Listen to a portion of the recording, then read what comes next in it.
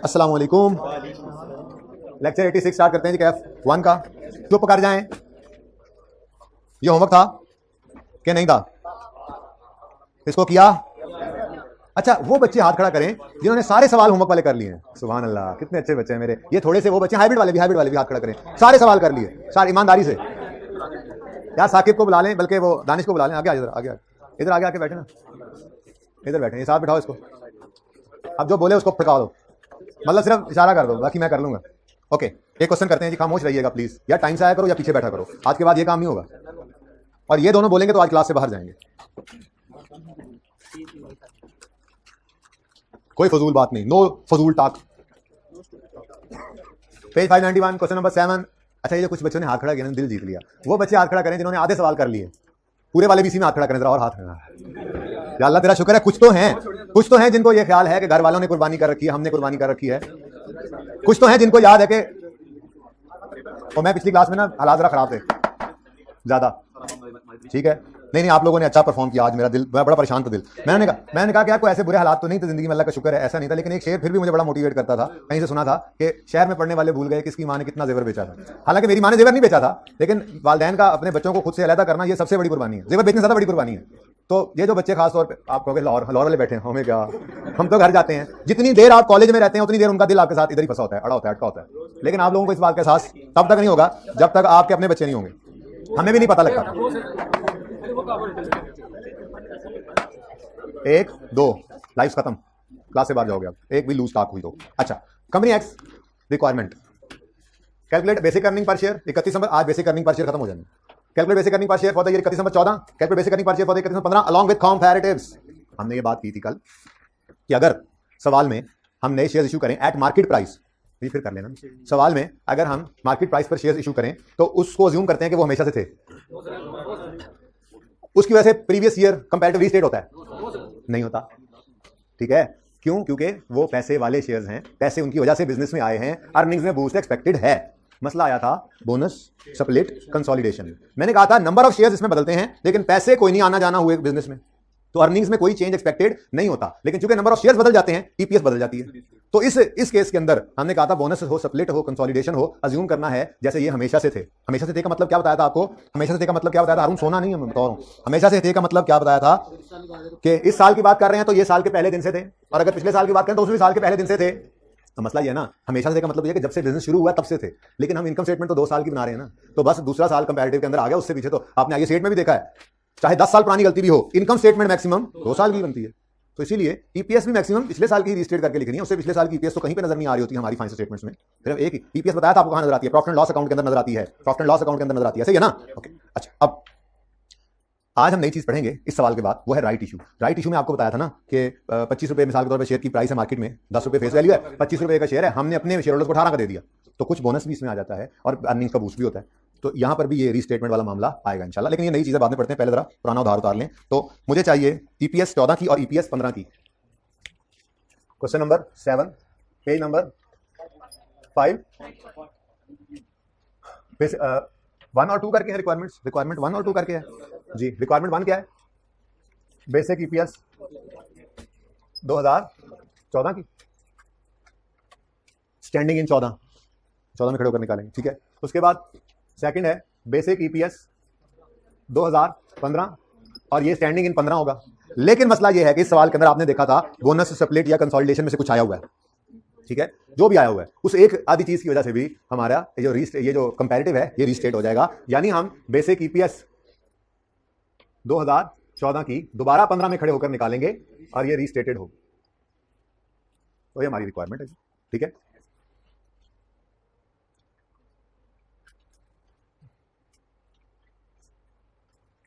अच्छा जी, यहां से हम बेसिक ईपीएस निकालेंगे, तैयारी कर लेना सारी, बस फिर डाटा डालते जाएंगे बस। अच्छा जी, शुरू करते हैं जी काम। अर्निंग्स 2014 की 90 है, अर्निंग्स 2015 की 150 है।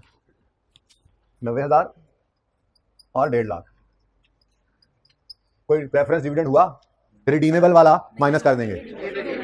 अच्छा, भूल गया था। चलिए, शुक्र है आपको याद है। लेकिन आपको क्या पता? आपको क्या पता इस बात का जी? है ना, मेरी शामत आ गई है जी। क्या कहा इसने?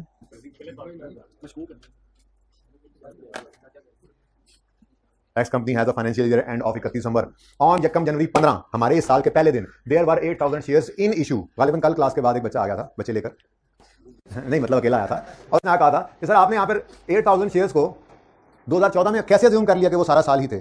तो मैंने कहा तो उसने कहा कि इसको ओपनिंग क्यों लिया, बल्कि ये पूछा था बच्चे ने ओपनिंग क्यों लिया, इनको भी तो ये भी तो इशू है। मैंने कहा नहीं वो कह रहा है कि ये 8000 shares were already in issue already in issued थे। ठीक है, इसका मतलब यकम जनवरी 15 पर ये ऑलरेडी इशूड थे, 31 दिसंबर 14 पे भी ये इशूड थे। क्लोजिंग ओपनिंग बनता है ना। अगली बात क्वेश्चन ये ज़हन में आता है, अच्छा तो क्या 14 के साल में पूरा साल ये इशूड रहे थे?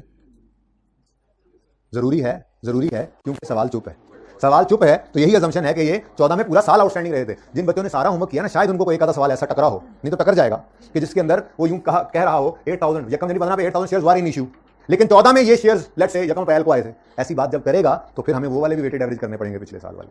तो बात समझिए, प्रॉब्लम इसमें नहीं है लेकिन हो तो सकता है प्रॉब्लम। ठीक है, प्रॉब्लम इस सवाल में नहीं है। इस सवाल में क्या कह रहा है, यकम जनवरी 15 पे ये शेयर्स ऑलरेडी इन इशू है, मतलब 31 दिसंबर 14 पे भी यही इन इशू थे और उसके बाद चुप है, तो मतलब पूरा 14 यही शेयर्स इन इशू रहे थे। छेड़छाड़ कर सकता है आपके साथ इस एडजस्टमेंट में, वो यूं कह सकता था। मैं मिसाल के तौर पर अगर सवाल मैं बनाऊंगा तो मैं यूं बनाऊंगा कि ऑन यकम January 15 there were 8000 shares in issue, these were issued on 1 April 14। तो इसका मतलब ये 8000 को भी आपने यकम अप्रैल है तो 9/12 करना पड़ेगा। ये फनकारी लगानी पड़ सकती है, कभी ऐसा हो सकता है। यूं भी कह सकता है 8000 शेयर्स इन इशू में 31 दिसंबर 15 पे 31 दिसंबर 14 पे, और इनमें से 2000 यकम जनवरी को आए थे, इनमें से 4000 यकम अप्रैल को आए थे, इनमें से 2000 यकम जून को आए थे। ऐसा भी हो सकता था। तो ये उलट पिछली साल की वर्किंग भी करनी पड़ सकती है। ऐसे सोच जहन के अंदर रखो कि आ सकता है, ऐसे फिलहाल नहीं था, फिलहाल सिंपल था। 31 दिसंबर 14 के ऊपर भी ये शेयर्स हैं यकम इन इशू है, मतलब ऑलरेडी इशूड है। सवाल खामोश है तो 14 के अंदर पूरा साल ये इन इशू रहे थे। तो 8000 शेयर्स। सवाल में कहीं प्रेफरेंस डिविडेंड है इररिडीमेबल का? नहीं। चलो वैसे अब लिखना छोड़ ही देते, लेकिन चलो एक दफा फिर लिख लेते। ठीक है, अच्छा 2014 के अंदर कितने शेयर्स हैं? क्योंकि वो कह रहा है यकम जनवरी 15 पे ये ओपनिंग में पड़े हैं, तो 31 दिसंबर 14 के क्लोजिंग में भी थे, और चुप है तो सारा साल रहे, तो इसलिए मैंने ये 8000 ही 14 में अज्यूम कर लिए। ₹11.25 और ठीक है ना 3 कर लो 11.3 पर। ठीक है, अब बारी आई, ये 14 गुजर गया, अब 15 में हम आए और 15 में हमने ईपीएस निकालनी थी कि पता चला x company made following share transactions during the year. अब ओपनिंग ये है और ड्यूरिंग द ईयर, ओपनिंग 15 का ये है और ड्यूरिंग द ईयर मतलब 15 की ये ट्रांजैक्शंस। अब शेयर्स नए इशू हो रहे हैं मार्केट प्राइस पे भी, अब शेयर्स बोनस इशू भी हो रहे हैं, अब शेयर्स कंसोलिडेट भी हो रहे हैं। तो इसका मतलब अब वो शेयर्स आराम से उठा के लिखने वाली सहूलत मुयस्सर नहीं है, हमें weighted average number of shares निकालने पड़ेंगे। ठीक है, तो वर्किंग नंबर 1 हम कर लेते हैं यहां पर। अब इसका नाम लिखना छोड़ दें, पता है आपको कि इस वर्किंग में हम क्या निकालते हैं? Weighted average number of shares. ठीक है, खामोश बैठो ये 2-3 मुजरिम लोग। डेट, फिर वही बात जाया हो जाना आप तुम लोगों ने। डिस्क्रिप्टियन होता है, डिस्क्रिप्शन नंबर ऑफ शेयर्स,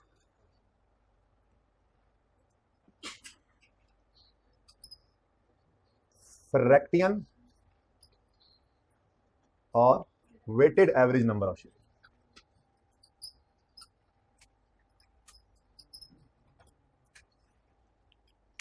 ठीक है जी, सबसे पहले यकम जनवरी 15 पे उसने बताया है ओपनिंग कितने हैं वो लिख लें। दानिश कौन बोल रहा है? ये अनकों वाला ना, मुझे भी यही लग रहा था। तो बात भेजूंगा, बाहर बैठ के सुकून से ऊंची आवाज में डिस्कस करना जी। 8000 तुम्हें तो बंदा यूं भी नहीं कर सकते, यूं करना पड़ेगा एनकों वाले। Okay, on 30 April issued 8000 new shares at market price. Market price जो भी है, हमें यहां पर तो नंबर ऑफ शेयर्स से सरोकार होता है, साथ होकर बैठे, नंबर ऑफ शेयर्स से सरोकार है, नहीं आखिरी रो वालों को कह रहा हूं आप बैठे। तो जितने पर भी है वो मार्केट प्राइस है। मार्केट प्राइस है तो मतलब कोई बोनस स्प्लिट कंसोलिडेशन कोई चक्कर ही को नहीं। राइट इशू में भी थोड़ी माफी होती है, नहीं माफी नहीं है, जो मार्केट में रेट था उस रेट पे हमने इशू किया। ठीक है ना, तो फिर ये तो परसों वाली क्लास है, ये परसों वाली क्लास है और आगे कल वाली क्लास है, तो मिलाकर, और आज नई क्लास आ गई। मैं आपको बताऊं, ये जो परसों और कल हमने काम किया ये एक दिन में हो सकता था, नहीं किया, लेकिन होमवर्क ज्यादा दिया छोटे छोटे सवालों का। जिन बच्चों ने किया, बाहर जाना तुमने, जिन बच्चों ने किया उनको फायदा हुआ, जिन्होंने नहीं किया फिर उनका नुकसान वो खुद ही भरेंगे। बच्चे में सवाल 7-8 नंबर का आना है, उसको समझ ही नहीं आती, बाद में आ कहते हैं इतना आसान तो था, यही तो ऐसा तो सवाल तो किया हुआ भी था, बस वहां दिमाग नहीं चला, घर पे चलाओगे तो चलेगा ना। तो ये राइट इशू तक भी कोशिश करके एक दिन में बेसिक ईपीएस, एक दिन में डेरिवेटिव ईपीएस, 2 दिन में फड़क जाता है, ये फड़काने में आए तो ये टॉपिक 6 दिन क्यों लगा रहे हैं? ताकि आप लोग थोड़ा उसको हजम कर सकें। ठीक है, सही हो गया बैठो जी। तो यकम अप्रैल 2000, 30 अप्रैल मैं 30 अप्रैल लिखूंगा, 30/4/15 पर new shares issued at market price, और शेयर्स भी उन्होंने बता दिए कितने, 8000। लेकिन इसको सॉरी लिखने से पहले काम करना था, 4 महीने वो वाले शेयर्स रहे, 4/12, ठीक है। और फिर बैलेंस बदला, 8,000 मजीद शेयर्स नए इशू हुए और बैलेंस हो गया 16,000। कुछ और ना हो तो अब 8/12 इस पे लगा देंगे, लेकिन कुछ और हो रहा है, बोनस इशू हो रहा है।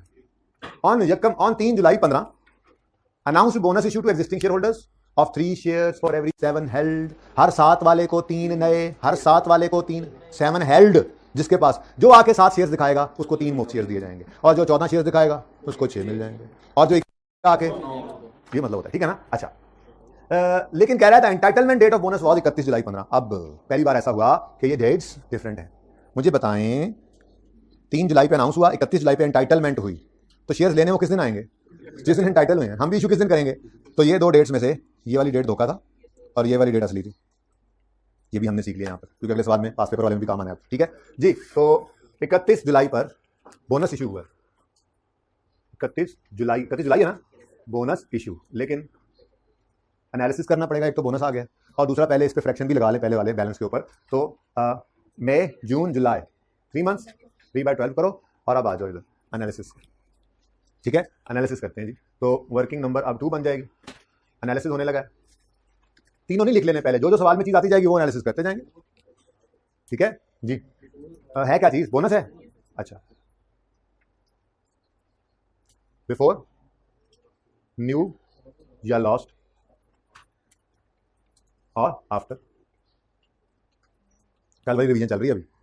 अच्छा, बस उन्होंने ऐलान किया है कि 31 जुलाई को आगे ले जाना शेयर्स। 3 जुलाई को ऐलान किया है, 31 जुलाई को आ जाना शेयर्स लेने। तो 31 जुलाई को शेयर्स देने आएंगे और हम 31 जुलाई को शेयर्स दे देंगे, इस तरह से बात है। अच्छा जी, हर 7 शेयर रखने वाले को 3 नए, 3 शेयर्स फॉर एवरी 7 हेल्ड। तो बिफोर बोनस कितने शेयर्स थे? 7, और हर 7 शेयर रखने वाले को 3 नए मिले, तो आफ्टर बोनस 10 हो गए, ठीक है।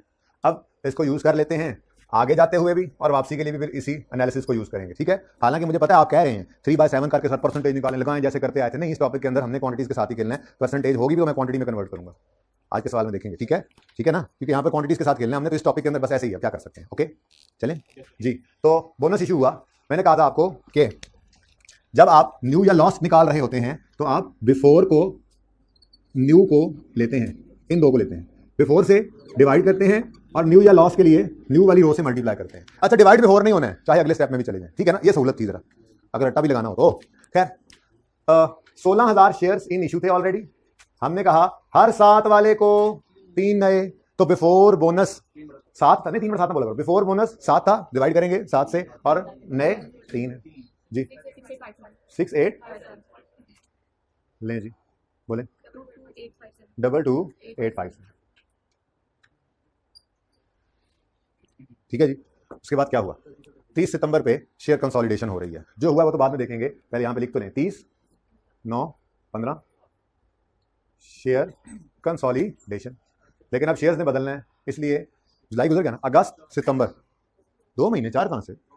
ये 31 जुलाई पे ये बैलेंस बदला है ना, तो फिर 1 अगस्त से 30 सितंबर, 2 महीने में 2/12,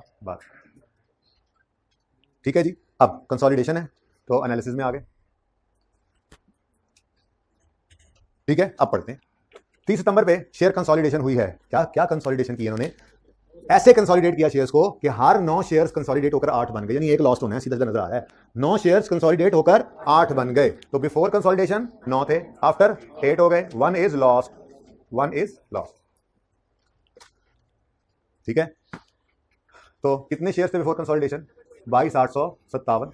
हमने कहा जी बिफोर कंसोलिडेशन ये थे 9, और एक एक कम करना पड़ेगा अगर हमने इनको 8 पे लेके जाना है, ठीक है। तो क्या आंसर है? 2540 माइनस, ये लॉस्ट है, ये शेयर लॉस्ट हुए, ठीक है। 20317, उसके बाद तो कुछ नहीं हुआ, नहीं हुआ, तो बस फिर अक्टूबर, नवंबर, दिसंबर, 3/12, 12 महीने भी पूरे हो जाते, ठीक है जी। यहां तक कोई मसला? कल ये और ये सेम आया था, याद है? मैंने कहा था उसकी वजह यह है कि हम कह भी तो यही रहे हैं कि बोनस हो, स्प्लिट हो, कंसोलिडेशन हो, यहां तक आते आते तो सबका असर पड़ चुका है ना। तो हम यही कह रहे हैं कि ये शेयर सारा साल ऐसे ही थे, तो इसलिए जो कैलकुलेशन की तो उसमें ये वाला आंसर सेम ही आया था। लेकिन मैंने कल आपको जाते हुए कहा था होमवर्क में ये सवाल करेंगे, इसमें मार्केट प्राइस वाला अभी आएगा, तो ये दोनों बैलेंस बराबर नहीं होंगे, ठीक है ना। कल वाले सवाल में इसलिए बराबर रखा, ये समझाना था आपको ये समझाना था आपको कि ये जी टोटल सारा कुछ बोनस स्प्लिट कंसोलिडेशन डाल के ये शेयर्स बने। कल वाले सवाल की बात करूं, ये शेयर्स बने, हम कह रहे हैं ये शेयर सारा सारी थे, हमने यहां पे ऐसी कैलकुलेशन की कि ये वेटेड एवरेज वही निकले। ठीक है ना, मकसद ही यही था। और फिर वही है टॉप वाला फ्रैक्शन, जिसने जो मैक्सिमम फ्रैक्शन था उसी को हमने पिछले साल पे भी लगा दिया था, तो हमारा पिछले साल पे भी अज्यूम हो गया कि ये सारा कुछ पिछले साल से भी था। ठीक है, और ठीक है हाँ, लेकिन आज वाले साल में थोड़ा डिफरेंट है। खैर छोड़ें, हमें क्या, शुरू करते हैं काम को। ये 20,317 भाई मार्केट प्राइस वाले शेयर्स को नहीं कंसीडर करना। मैं हमारी लड़ाई सिर्फ किसकी है, बोनस की, कंसोलिडेशन की, स्प्लिट की, और आज राइट इशू की भी आई। राइट इशू के अंदर भी कुछ एलिमेंट बोनस का होता है। 25 रुपए पर बिकना था मार्केट में शेयर, और हमने वो 20 के ऊपर अपने शेयर होल्डर्स को दे दिया, तो कुछ बोनस एलिमेंट भी तो है। ठीक है, तो ये तीनों चारों चीजों के अंदर रीस्टेट होता है आपका कंपैरेटिव। क्या चलें, फिलहाल वो है नहीं। क्या कह रहे हैं हम, इसमें कंसोलिडेशन का असर भी पड़ा है, बोनस का भी पड़ा है। इसको छोड़ो, कंसोलिडेशन का भी पड़ा है, बोनस का भी पड़ा है। ठीक है, तो इसको कुछ नहीं करना। ठीक है, एक स्टेप पीछे आए जी भाईजान। इस पर बोनस का असर तो पड़ा है, पर कंसोलिडेशन का असर नहीं है। यानी ये बिफोर कंसोलिडेशन है, इसको आफ्टर कंसोलिडेशन बनाना है। ये बिफोर कंसोलिडेशन है, इसको आफ्टर कंसोलिडेशन बनाना है। ये डिवाइड करेंगे 9 से, मल्टीप्लाई करेंगे बिफोर से डिवाइड और आफ्टर से मल्टीप्लाई, ये किया था ना कल। ठीक है, तो ये बिफोर कंसोलिडेशन है, डिवाइड बाय 9। इसको आफ्टर कंसोलिडेशन बनाओ, तो आफ्टर कंसोलिडेशन इसने 8 बन जाना। ठीक है, अच्छा अब ये अगर बिफोर कंसोलिडेशन था तो ये भी तो बिफोर कंसोलिडेशन ही है, ये भी बिफोर कंसोलिडेशन है। तो सारे जो ऊपर पड़े हुए हैं सारे के सारे कंसोलिडेशन से पहले थे। हम हर जगह पे कंसोलिडेशन का असर डालना चाह रहे हैं, तो हमने डाल दिया ये सवाल में। ये क्योंकि इस साल का मामला है, तो इसलिए हर जगह पर ये फ्रैक्शन लग रहे होते हैं, वरना पिछले साल पे तो आपने देखा था हम उठाते हैं ये सारे फ्रैक्शन इकट्ठे उठा के गड़म करके उधर। ठीक है, चलें आगे नेक्स्ट। ये बिफोर बोनस बिफोर कंसोलिडेशन है, हम चाहते हैं ये आफ्टर बोनस आफ्टर कंसोलिडेशन बन जाए। आफ्टर कंसोलिडेशन तो ऑलरेडी हो चुका, अब आफ्टर बोनस, यानी अब यूं कह ले, मैं कह सकता हूं कि ये बिफोर बोनस है, इसे आफ्टर बोनस बनाना है। आफ्टर कंसोलिडेशन हो चुका है, बिफोर बोनस है, आफ्टर बोनस बनाना है, बिफोर बोनस है, आफ्टर बोनस बनाना है। तो डिवाइड करेंगे बिफोर से, मल्टीप्लाई करेंगे आफ्टर से, डिवाइड करेंगे बिफोर से 7 और मल्टीप्लाई करेंगे आफ्टर। ठीक है जी, और तो कुछ नहीं है, बोलो और तो कुछ नहीं है। चलो अब आंसर बताएं। 3386 5079, फिर तो पिछली क्लास में भी ऐसे ही हुआ था। ये सिर्फ एक हसीन इत्तेफाक है और कुछ नहीं है, रूल ना बना लेना। कुछ बच्चे इसको भी रटा ऐसे ही होगा हमेशा, पहले ये फिर ये, छोड़ो यार ऐसे ही कर लिया करेंगे। ये इत्तेफाक हुआ है बस। 16 देखो आज चेंज हो गया ना, इस वजह से कि आज मार्केट प्राइस पर भी शेयर इशू हैं, और मार्केट प्राइस वाले शेयर्स को हम कभी भी अज्यूम नहीं करते कि वो जब से थे कि वो साल के पहले दिन से हैं। वो जब से थे तब से ही थे, तभी तो उनका फ्रैक्शन लगता है, उसको नहीं छेड़ते। फिर हम ये शेयर्स के बारे में हमने ये नहीं कहा, हमने इनके बारे में ये नहीं कहा कि ये before issue at market price वाले इनको आफ्टर करो, ऐसा कुछ नहीं किया। क्योंकि ये जिस दिन आए थे ये उसी दिन ही है, उससे पहले कोई नहीं थे, और उसके बाद इनका अर्निंग्स में बूस्ट एक्सपेक्टेड था भी सही, ये पैसे लेकर आए थे, इसलिए ये परसों वाली क्लास है, कुछ भी नहीं किया था ऐसा। ठीक है, चले सवाल खत्म। 16,930 वर्किंग नंबर 1 है जी, 8.9 कर लूं। लेकिन अब मसला क्या है, बोनस या कंसोलिडेशन या स्प्लिट या इवन आज राइट इशू जब भी आएंगे आपके कंपैरेटिव को रीस्टेट करना जरूरी हो जाएगा। क्योंकि बोनस स्प्लिट वगैरह जो होते हैं इनसे नंबर ऑफ शेयर्स बदलते हैं, लेकिन बाकी कोई पैसे पूसे कोई नहीं आना जाना होता, तो इससे फिर आपकी ईपीएस जो है ना वो कंपेरेबल नहीं रहती, पिछले साल से डिटीरियोरेट हो जाती है, बढ़ जाती है, कम, मतलब कंपेरेबल नहीं रहती, सेम बेसिस नहीं रही ना। पैसे पूसे आए कोई नहीं, शेयर्स बढ़ गए, बोनस इशू किया, स्प्लिट किया, ये शेयर कम हो गए, पैसे को निकले नहीं बिजनेस से, नंबर ऑफ शेयर तो बदल गए, लेकिन अर्निंग्स तो सेम ही रहनी है, क्योंकि पैसों का आना जाना तो बिजनेस में हुआ कोई नहीं, तो ईपीएस गड़बड़ हो जाती है। इसलिए जब भी ये कभी आते हैं आप एक तो इस साल के अंदर भी इनके साथ को पहले साल के पहले दिन से डालते हो कि जी हमेशा से हैं, पिछले साल पे भी ले जाओ। अब आपको क्या करना पड़ेगा, अर्निंग्स तो वही उठा लोगे 90,000। अच्छा, आपने कल आइए सेट वाला लेक्चर जिन्होंने लिया है उनके सामने आया होगा ये सेट में ईपीएस का लफ्ज होता है। मिसाल के तौर पर अगर प्रॉफिट 2014 में गलत था, हमने गलती पकड़ ली 15 में, तो 15 में उसको सही किया, बोलो जब 15 में सही किया तो प्रॉफिट रीस्टेट हो गया, प्रॉफिट रीस्टेट हो गया तो ईपीएस भी रीस्टेट हो जाएगी। वो मैं इंशाल्लाह जब पूरा कर लूंगा तो वो वाला जुमला पढ़ाऊंगा जाके। रीस्टेटमेंट इस चीज की इसलिए नहीं बताई थी आई सेट में, क्योंकि ईपीएस पढ़ा नहीं हुआ था। आज ईपीएस पढ़ लिया है तो अब मैं बता सकता हूं ना कि आपने एक रिपेयर को गलती से एसेट बनाया हुआ था, जब आप उसको रिपेयर वापस बनाओगे 14 के प्रॉफिट के अंदर कमी आएगी, अगर प्रॉफिट में कमी आएगी तो ईपीएस में भी कमी आएगी। प्रॉफिट रीसेट हुआ, ईपीएस भी रीसेट हुआ, ऊपर रीसेट लिखा होता है, नीचे सारी चीजें रीसेट होती हैं, फिर जाके बता देते हैं। ओके, समझ आ रही है? लेकिन कभी कर लेंगे इसको भी क्लास के अंदर, मतलब किसी सवाल में देख लेंगे, जब वहां पे जाके थ्योरी पढ़ लेंगे। चलें जी, अब नंबर ऑफ शेयर्स जो है वो तो 8,000 है, लेकिन हम कह रहे हैं इन 8,000 शेयर्स पे भी स्प्लिट नहीं हुआ, कंसोलिडेशन और बोनस, ये दो है ना, कंसोलिडेशन और बोनस का असर डालो। हमने कहा जी वो मिलेगा कहां से, बताया गया जी ये पड़ा, ये कंसोलिडेशन का असर है, ऐसे ही है, नहीं ये बोनस का असर है, ये कंसोलिडेशन का असर नहीं, ये कंसोलिडेशन का असर, ठीक है जो भी है ये दो ही है, जो भी है ये दो ही है। इससे पिछले वाले को मैंने नहीं लिफ्ट कराई, उसकी वजह क्या है? वो भाई इस साल का फ्रैक्शन है कि वो जी नए शेयर इशू किए थे हमने, उसका कोई ताल्लुक नहीं है हमारे पिछले साल के साथ। बोनस है, स्प्लिट है, कंसोलिडेशन है, वो पहले फ्रैक्शन के बाद वाले ही होते हैं। पहला फ्रैक्शन तो आते हुए लगा था, ठीक है, तो हमेशा पहले फ्रैक्शन के अलावा वाले यहाँ पर आएंगे। तो into same as it is उठाओ इसको, into 8/9 into 10/7 is equal to, ये मैंने जानबूझ के इस तरह का रखा हुआ है सवाल, खुद बनाया था ना, सिर्फ ये समझाने के लिए कि देखो कंपनी की परफॉर्मेंस कम नहीं हुई। अगर कुछ नए पैसों वाले शेयर्स आए थे ना, तो उतनी अर्निंग्स भी कंपनी ने बढ़ा ली हैं। इस हिसाब से मैंने सवाल बनाया, ठीक है, सेम है कि कुछ पैसे अगर नए शेयर्स के आए थे और अर्निंग्स ना बढ़ती तो हम क्या कहते हैं, हाँ आप परफॉर्मेंस गिरी है, क्योंकि हमने बोनस, स्प्लिट, कंसोलिडेशन, इनका असर तो उस पर भी डाल दिया है। अगर फिर भी ये रेशो कम आती, ये 8.8 होता, 8.9, तो हम कहते हैं हाँ परफॉर्मेंस गिरी है, क्योंकि बाकी सारी चीजों के तो हमने असर ही निकाल लिए। लेकिन जब मैंने बाकी चीजों के असर निकाले तो परफॉर्मेंस नहीं गिरी हुई। यानी जो नए शेयर्स पैसों वाले आए थे उस हिसाब से कंपनी ने अर्निंग्स को भी बूस्ट किया होगा, मेहनत की, उन्होंने पैसे ज्यादा आने पर, पैसे आने पर प्रॉफिट भी बढ़ाए उतने, इस हिसाब से बढ़े कि परफॉर्मेंस अभी भी स्टेबल है, परफॉर्मेंस अभी भी स्टेबल है, ठीक है ना। लेकिन ये मैंने सवाल इस तरह से बनाया, बच्चे वाले सवालों में ये थोड़ी ये सेम हुआ करेगा। मैंने तो जानबूझ के सवाल ऐसे डिजाइन किया है कि एंड पे ये बराबर हो जाए, मैं कहूं देखो कंपनी परफॉर्मेंस डिटीरियोरेट नहीं हुई है बल्कि कांस्टेंट है। हालांकि इधर देख रहे थे तो क्या लग रहा था, ओए गिर गई परफॉर्मेंस, ठीक है। तो ये समझाने के लिए मैंने सवाल ऐसे बनाया। क्लियर है ये बात? शार्ट कट भी है, शार्ट कट। तो इसका शार्ट कट क्या है, आप ईपीएस उठाओ पुराने वाली, उस पर ये रेसिप्रोकल, सॉरी हाँ सॉरी जो बोल दिया, 9/8 और 7/10 करोगे तो यही सेम आंसर आ रहा है। कितना? 8.89 क्यों बोल रहे हो जब ऊपर 9 लिखा हुआ है राउंड करके, 8.9, ठीक है ना जी। ये किसी एमसीक्यू वगैरह में इस तरह से काम आ सकता है, नोट कीजिए।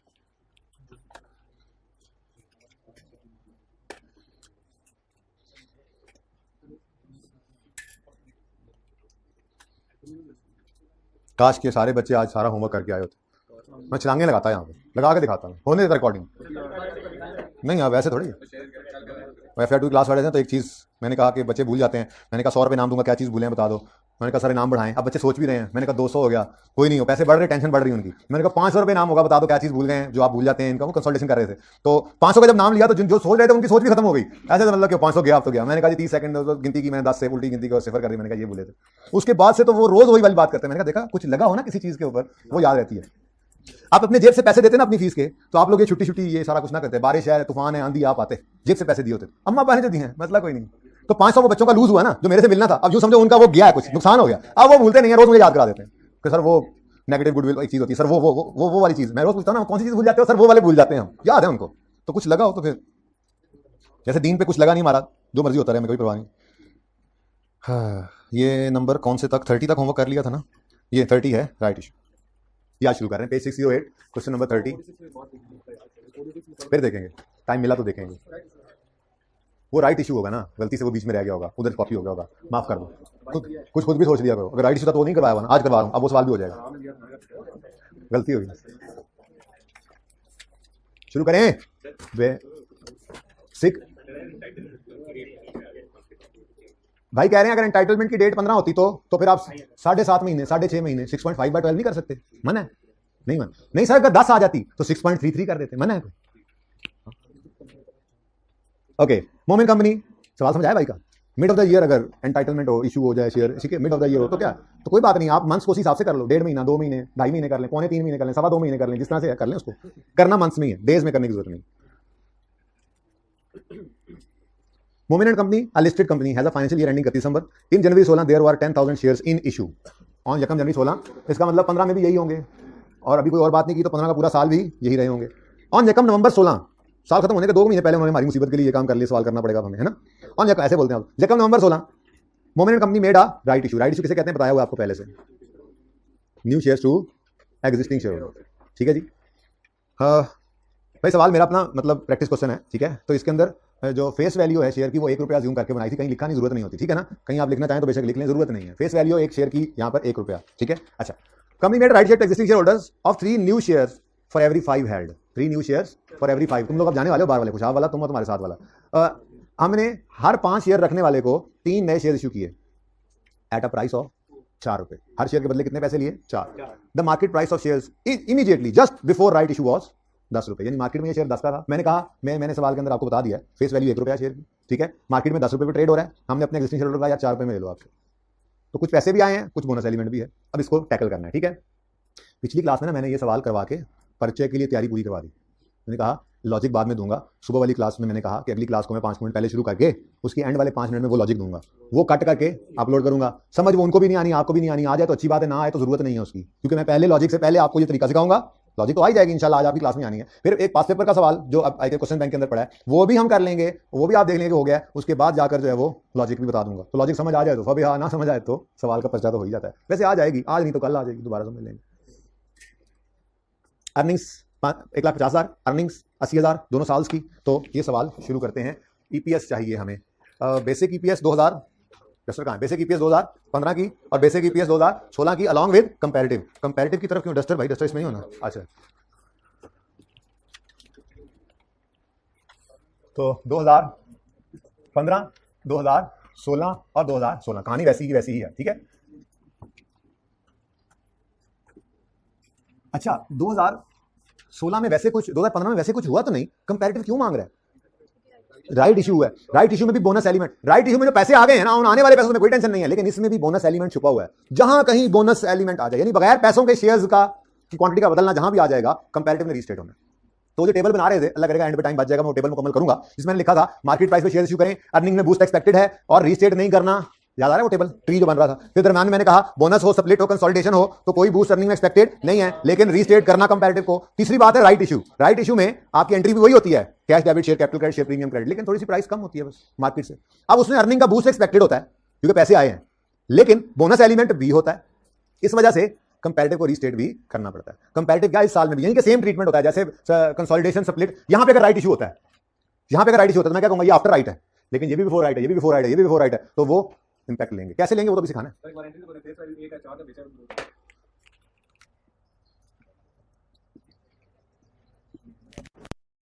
हो गई एंट्री, क्या है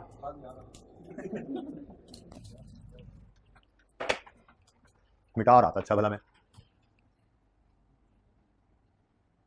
चलो जी तैयार हो गया मेरा सवाल, आप लोग शुरू कर दें, वर्किंग शक्ति तो बनाएं सारा कुछ, और वाला भी ऐसे ही रहने। मतलब देखिए मैं इसलिए ये इस तरह से मिटा रहा हूं कि आपको पता हो कि हमने हर सवाल एक ही तरीके से किया। हालांकि अभी किसी सवाल के अंदर परसेंटेज भी आने लग जाएंगी, परसेंटेज भी आएगी तो मैं भी उसको भी क्वांटिटी में, क्योंकि बेटा देखो एक टॉपिक का हर सवाल तो कम से कम एक ही तरीके से होना चाहिए। ये मुसीबत तो ना पड़ी हो पता नहीं इस सवाल में ऐसे किया तो उस सवाल में वैसे किया, तो फिर सवालों को रट्टे लग रहे हो, जरूरत नहीं है। एक तरीके से ही हर सवाल करना है, बस जिस तरह मर्जी सवाल आ जाएगा। तो बेसिक ईपीएस के सारे सवाल एक ही तरीके से, डायल्यूटेड ईपीएस आगे शुरू होगी क्योंकि डायल्यूटेड ईपीएस आनी है, तो उसका भी हर सवाल एक ही तरीके से, ठीक है। ओह माय गॉड, बोनस वगैरह कोई नहीं है इसमें, सुभान अल्लाह, ये तो घर खाली रह जाएगा।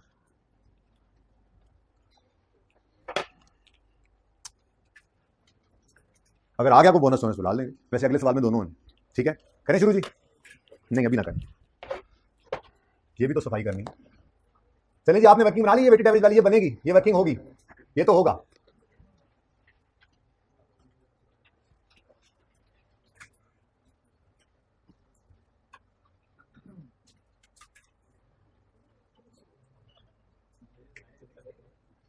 बेटा मैं कुछ बताना चाह रहा हूँ ना आपको कि देखो सारा सवाल वैसे ही है, कुछ चेंज नहीं है। हालांकि कहानी बिल्कुल बदली हुई है सवाल में, का सवाल में ना कंसोलिडेशन, ना मार्केट प्राइस वाले शेयर्स, ना स्प्लिट, ना बोनस, एक नई चीज, लेकिन सवाल सारा वैसे ही। सही तो बताना भी तो है ना आपको, कुछ समझाना भी तो है ना आपको। ये देखो चले जी शुरू करें सवाल, जवाब शुरू करना है। सवाल तो मैंने शुरू कर लिया, खत्म भी कर लिया।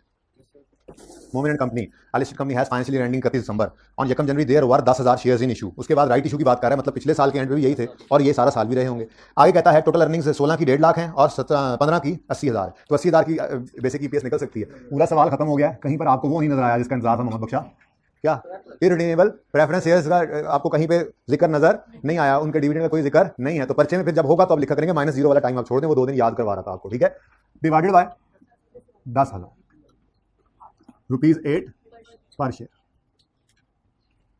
देखो कोई फॉर्मेट नहीं बदला मैंने, ठीक है। चलें ओके नाउ 16 शुरू हुआ और यकम नंबर 16 में राइट इशू आ गया। तो ओपनिंग बैलेंस किस दिन था? ओपनिंग बैलेंस किस दिन का है? 1 जनवरी।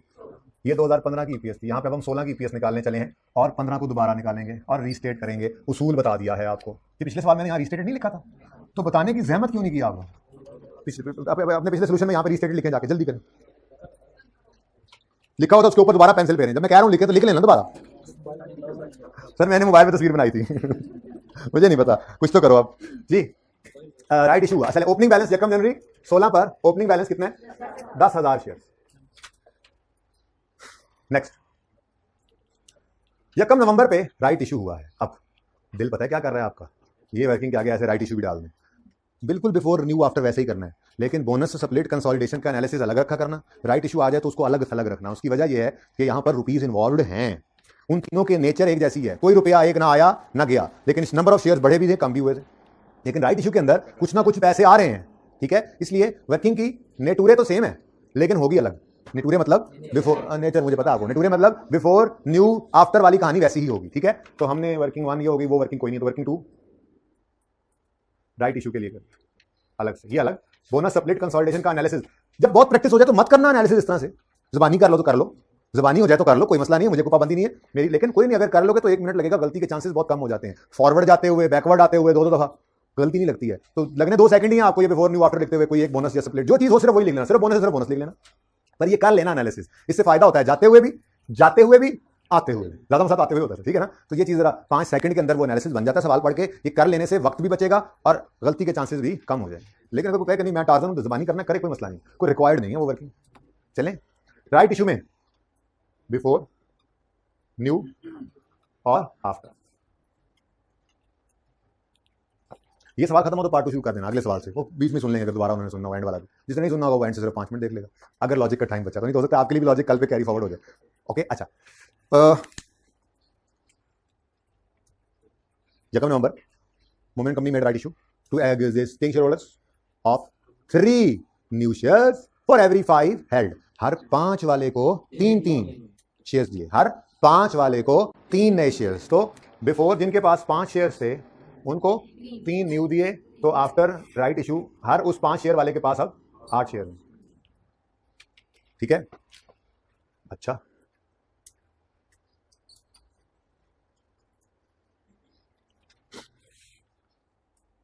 चलें आगे। अच्छा, अब अगली बात, ये जरा इंपॉर्टेंट है, ये नहीं है, गुजारा करो यार, चुप करके बैठो, बीच में एसी वाला मसला, इतनी क्रिटिकल बात हो रही है, क्या करना है बताओ, एसी को सब काम छोड़ दें जी, भाईजान एसी 16 पे कर दें, अब माइनस में कर दें इसको एसी। और अब अगर तुम लोगों में से किसी ने कहा कि ऊपर करें, तेज करें, ये करें, वो करें, तो फिर तुम्हें बेंच पे खड़ा करना है। अब कहने लग जाना आसपास वाले, साथ वाले कह रहे कहते हैं चलो, अब कोई डिस्टर्ब ना करेंगे, ठीक है जी बच्चों। मार्केट हमने इशू कितने पर किए हैं ये शेयर्स, तो इसका मतलब ये जो नए शेयर्स हैं ये तो 4 रुपए वाले हैं, ठीक है ना, नए शेयर्स 4 वाले हैं, तो मल्टीप्लाई करेंगे इनको 4 से, अगर मैं अमाउंट निकालना चाहूं तो जो कैश आता था ऐसे आएगा ना, ठीक है। अच्छा, market price of shares just before right issue was 10, तो जो शेयर्स पहले पड़े हैं उनको हमेशा आपने मल्टीप्लाई करना है उस प्राइस से जो immediately before right issue given होगी, सवाल में गिवन होगी, ये नहीं पर्चे के अंदर राइट इशू आया आप पेपर बंद करके निकल रहे हैं, हाँ भी कहां जा रहा हूं मैं, जरा स्टॉक मार्केट से रेट लेकर आऊं, इस शेयर की market price immediately before right issue कितनी थी, नहीं भाई वो सवाल में गिवन होगा, ठीक है, ये हमेशा गिवन होगी, राइट इशू हुआ है तो वो इमीडिएटली बिफोर राइट इशू आपको प्राइस देगा। इसको मुश्किल नाम बाद में, ठीक है, ये क्या है जी, market price immediately before right issue, ठीक है। अच्छा, कितना हो गया, 50 और ये 12, टोटल करो 62, और ये टोटल कितने शेयर हो गए, 8 हो गए ना, ठीक है। अब आपने 62 को डिवाइड करना है 8 से, 7.75, एक एवरेज सी प्राइस आ गई है, इसको हम कह रहे हैं अभी फिलहाल के लिए ये प्राइस आफ्टर राइट इशू है, ये market price before right issue, ये इशू प्राइस, और ये प्राइस आफ्टर, इनके मुश्किल नाम भी हैं, इसको कम राइट प्राइस कहते हैं, इसको थ्योरेटिकल एक्स राइट प्राइस कहते हैं। मतलब थ्योरेटिकल सी बात है ना कि आप एक शेयर, घर से एक बंदा 5 शेयर लेकर जेब में गया, सोचता जा रहा है मार्केट में ये हर शेयर 30 रुपए का, यानी मेरे पास 50 रुपए के शेयर हैं, वहां से उसको 3 नए शेयर्स मिले 4 रुपए के हिसाब से 12 के, अब वापसी में 8 शेयर ला रहा है, कह रहा है ये 62 के हो गए मेरे पास शेयर्स, कुछ इस तरह की थ्योरेटिकल सी बात है। तो ये थ्योरेटिकल एक्स राइट प्राइस का नाम मुश्किल वाला छोड़ें, इसको फिलहाल तो आसान वाले नाम चल रहे हैं, मुश्किल नाम लिख इसलिए दूंगा कि पर्चे के अंदर वो कह देता है कि ये कम राइट प्राइस है, आपको ये कम राइट प्राइस क्या होती है, कम राइट प्राइस कहते हैं, वो मैं लिख दूंगा, market price immediately before right issue को कम राइट प्राइस कहते हैं, ठीक है ना। चलिए छोड़ें इसको, इसकी लॉजिक क्या बाद में कभी, अभी सादा बात, ये पुराने वाले शेयर्स इनको मल्टीप्लाई किससे करोगे, market price before right issue के साथ, ये न्यू शेयर्स इनको किससे मल्टीप्लाई करोगे, जो इशू प्राइस इतने पर इशू की है, ये खुद से नहीं आ जाएगी सवाल के अंदर, बल्कि ये टोटल करोगे और ये टोटल शेयर्स को डिवाइड करोगे तो ये आंसर आएगा, ठीक है। अब मेरे पास ये और ये 2 प्राइसेस है, ठीक है ना, ओके डन। अब जी कुछ भी नहीं कहा, मैंने कहा ये दो बस दो प्राइसेस हमारे पास बस, ठीक है। अच्छा, एक बिफोर के साथ लगी, दूसरी आफ्टर के साथ लगी। चलें शुरू करें जी काम। अच्छा, अभी फिलहाल तो हमने क्वांटिटी निकालनी है क्योंकि न्यू शेयर्स। तो ये क्वांटिटी, ये क्या था, ये क्वांटिटी है, ये प्राइस है और ये अमाउंट है। क्वांटिटी को प्राइस से मल्टीप्लाई करें तो अमाउंट आती है, ठीक है। तो क्वांटिटी के साथ फिलहाल हमने खेलना है, नंबर ऑफ शेयर निकालना है उसी तरीके से जैसे पहले निकालते आ रहे हैं, ठीक है। तो हम क्या कहेंगे जी, किस दिन शेयर, 30 नवंबर है, यकम नवंबर, यकम नवंबर लिखा भी यकम नवंबर ही हुआ है। हाँ, यकम नवंबर 2016 राइट इशू हुआ है जी। लेकिन फौरन इधर आकर फ्रैक्शन लगा दो, कितना जी, 10/। अब नए शेयर्स निकाल लेते हैं बिल्कुल वैसे ही। Number of shares before right issue कितने थे, हमने कहा जी इसको डिवाइड करेंगे बिफोर से और मल्टीप्लाई करेंगे न्यू से। क्वांटिटी के साथ बिल्कुल वैसे ही खेलना, सेम चल रहा है काम अभी तक, ठीक है। तो डिवाइड करेंगे, हर 5 वाले को 3 नए शेयर दिए ना, तो डिवाइड करेंगे 5 से बिफोर से और मल्टीप्लाई कर देंगे न्यू से, ठीक है। कितने शेयर, 6000 नए शेयर इशू हुए, 16,000 आ गया आंसर। और कुछ भी नहीं हुआ तो 2/12। अगर तो ये मार्केट प्राइस पर इशू होते, यानी 10 रुपए का ही हमने शेयर इशू किया होता तो बस खत्म था सवाल। पर मसला क्या आ रहा है, मसला ये है कि कुछ बोनस एलिमेंट भी है। प्रूव करूंगा एंड पे, मैंने टारगेट रखा हुआ है ना, क्योंकि मैंने सुबह वाले बच्चों को भी वो पोर्शन देना है ना, तो प्रूफ बाद में, ठीक है। प्रूफ बाद में, फिलहाल तो पर्चे के लिए ये शेयर्स बिफोर राइट इशू है या आफ्टर, इनको तो कुछ नहीं कहना। यानी इनके अंदर अगर कोई बोनस का एलिमेंट वगैरह है तो राइट इशू तो हो चुका है ना, वो सब कुछ पड़ा हुआ है इसमें सब कुछ पड़ा हुआ है। ये शेयर्स बिफोर राइट है, इन्हें क्या करना है, आफ्टर राइट। ये क्या है, बिफोर राइट है, इन्हें क्या करना है, आफ्टर राइट। अब पुरानी तरतीब के हिसाब से क्या बात है, बिफोर से डिवाइड करना है, आफ्टर से मल्टीप्लाई, यानी कि 7.75 डिवाइड बाय 10 करेंगे। मतलब यही फिर पुराना नॉलेज बन रहा है ना, बिफोर से डिवाइड करेंगे, न्यू से मल्टीप्लाई, यानी कि 7.75 डिवाइड बाय 10 ये फ्रैक्शन लगाएंगे, ठीक है। लेकिन यहां पे बात उलट है, यहाँ पे बात क्यों मैं इंशाल्लाह एंड पे बताऊंगा, लॉजिक बाद में। फिलहाल तो पर्चा पास करने के लिए सिर्फ इतनी सी बात याद रखो, राइट इशू के अंदर यहाँ जो ऊपर है फ्रैक्शन में भी ऊपर रहेगा, यहाँ जो नीचे है फ्रैक्शन में भी नीचे रहेगा, और ये बात कभी भी नहीं बदलेगी। 1000 सवाल कर लो, बेशक सुकून हो गया ना, पर्चे का सवाल भी कर लेंगे। हाँ, एंड पे लॉजिक भी आएगी, लॉजिक समझ नहीं आनी फिर आपने कहना ठीक ही कहा सर ने, वही ठीक है, पर्चा तो पास करें। आप समझ आ जाए तो अच्छी बात है, ठीक है ना। तो फिलहाल मैंने आपको पहले बताया प्रॉब्लम क्या है। हम आज तक क्या करते आए हैं, बोनस में, स्प्लिट में, कंसोलिडेशन में बिफोर से डिवाइड करके आफ्टर से मल्टीप्लाई करते थे, लेकिन ये वाली बात बोलनी नहीं है। असल में ना वो क्वांटिटीज थी, ये क्या है, ये प्राइस है, ये प्राइस है। बहरहाल रूल इंशाल्लाह प्रूव करूंगा कि जो पहले वाली बात थी आज भी है वही, जो पहले वाली बात थी ना, बिफोर से डिवाइड और न्यू से मल्टीप्लाई, है आज भी वही, अंदर खाते बात वही है। लेकिन वो तो प्रूव करने पे समझ आएगी ना। फिलहाल तो मैं सिर्फ इतना कह रहा हूं कि जब क्वांटिटी थी तो फिर बिल्कुल ऐसे कर रहे थे, लेकिन चूंकि ये क्वांटिटी नहीं है, प्राइस है, तो इस रूल को उल्टा दो बस, ठीक है। बल्कि यूं भी याद ना रखो, सिर्फ इतनी बात याद रखो, राइट इशू होगा तो ये 10 इधर ऊपर है ना, ये ऊपर ही रहेगा, और ये नीचे है ना, फ्रैक्शन में नीचे रहेगा। सवाल आपका हो जाएगा, तो इंटू 10 डिवाइडेड बाय 7 पॉइंट, नहीं हजम हो रहा, कोई बात नहीं, समझो पर्चा पास हो रहा है, लॉजिक भी आ जाएगी, ठीक है। हजम तुम्हें हो गया होगा, लेकिन मैं कह रहा हूं नहीं करो हजम, सोचो ही ना कि ये क्यों है। कहता मैं उल्टी कर दूं बदतमीज आदमी जी। तो अभी फिलहाल मैं कह रहा हूं कि बगैर कोई लॉजिक सोचे समझे कुछ भी किए आपके पास पेपर का भी हर सवाल ऐसे हो जाएगा। राइट इशू का ट्रीटमेंट यही है, अगर आप ये वर्किंग कर लें तो ये फ्रैक्शन में ऊपर, ये फ्रैक्शन में नीचे रखना, आपका सवाल सही हो जाएगा, ठीक है। लॉजिक इंशाल्लाह देता हूं मैं, सवाल तो पूरा कर लें जी। आंसर बताओ, 7 5 3 और 2 6 6 7 टोटल 1 3 4 2 0। अर्निंग्स कितनी थी, अर्निंग्स कितनी थी, 150,000। तो 150,000 ले आओ रुपीज 150,000, और नंबर ऑफ शेयर्स वर्किंग 1 में निकले हैं कितने, 13। आपका नंबर 11 पर शेयर, ठीक है। लेकिन चूंकि राइट इशू है और इसमें कुछ ना कुछ बोनस एलिमेंट होता है, तो हमें कंपैरेटिव को रीस्टेट करना पड़ेगा। इस साल में तो इसका असर डाल ही दिया, लेकिन अब पिछले साल में भी तो ये डलना है सर। तो फिर पकड़ो उस 80,000 को और 80,000 कहो उसको, उसके बाद 10,000 को पकड़ो, और फ्रैक्शन कौन सा लगेगा, हाँ पहले वाला फ्रैक्शन कभी नहीं लगाना, वो तो इस साल का स्पेसिफिक टाइम का फ्रैक्शन है। वो ना बोनस का होता है, ना स्प्लिट का होता है, ना कंसोलिडेशन का होता है, ना राइट इशू का होता है। ये जो पहला फ्रैक्शन होता है, ये बोनस, स्प्लिट, कंसोलिडेशन या राइट में से किसी का फ्रैक्शन नहीं है, ये टाइम का फ्रैक्शन है। ये स्पेसिफिक इस साल से रिलेट करता है। पहला फ्रैक्शन छोड़ दिया करो, आगे जितने पड़े हुए हैं जागते रहना, आगे जितने पड़े हुए हैं वो, तो इधर तो सिर्फ एक ही है, 10/7.75, 10 डिवाइडेड बाय 7.75, आंसर इज,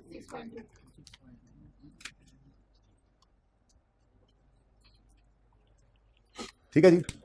और ₹8 को पकड़ें और इस फ्रैक्शन को पूठा कर दें और आंसर वही ले लें, 6 पॉइंट। देखो अब पिछला सवाल था, मैंने उसमें इसको फिट कर दिया, हालांकि पिछला सवाल तो कंसोलिडेशन, राइट इशू, बोनस वाली चीजें थी।